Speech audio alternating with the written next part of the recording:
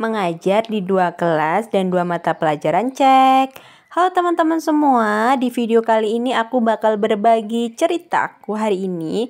Jadi ceritanya hari ini aku ada di 2 kelas. Yang pertama ada di kelas 2 mata pelajaran bahasa Inggris, dan nanti di jam setelah istirahat aku ada di kelas 5 mata pelajaran pendidikan anti korupsi.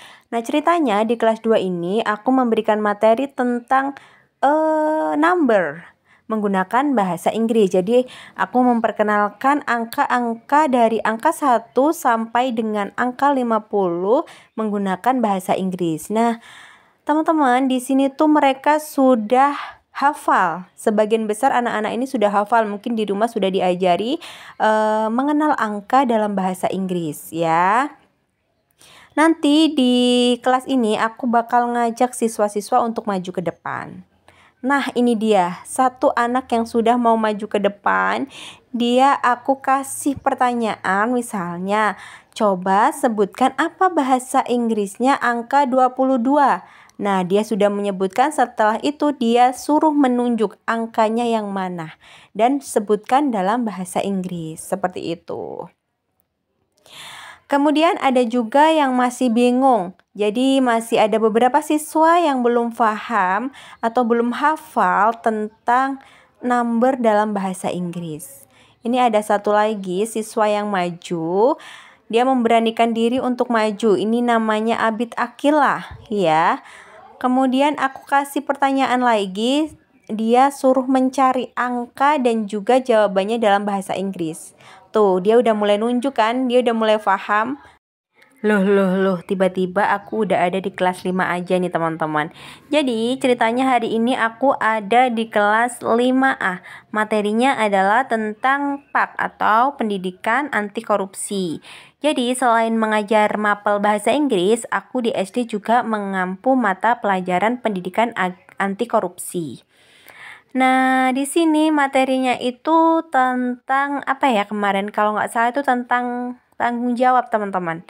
Tentang tanggung jawab, di mana siswa itu kita ajak untuk mendengarkan cerita dari aku. Aku memberikan sebuah cerita ilustrasi.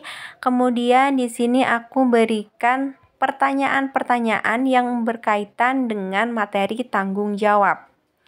Nah, anak-anak di sini itu mendengarkan dengan antusias, mendengarkan cerita aku, kemudian dia menjawab semua pertanyaan-pertanyaan aku dengan jawaban yang sesuai.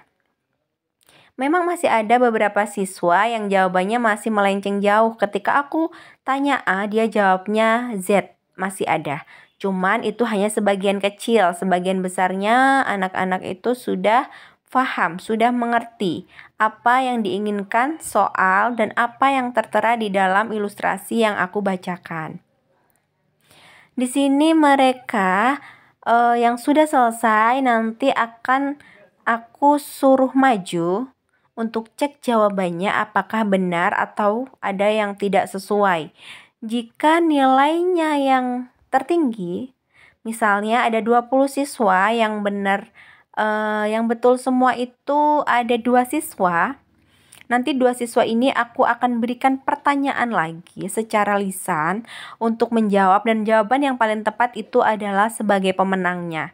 Atau nilai yang paling tinggi itu 1 anak saja. Karena di sini nanti aku akan memberikan sebuah reward atau penghargaan kepada mereka yang mendapatkan nilai besar. Tujuannya adalah untuk meningkatkan motivasi siswa dalam belajar, dalam mendengarkan, dalam menyimak sebuah pertanyaan atau cerita dari gurunya dan bisa menjawab sesuai dengan pertanyaannya, dan bisa fokus dan konsentrasi dalam belajar. Oke teman-teman, itu cerita aku hari ini.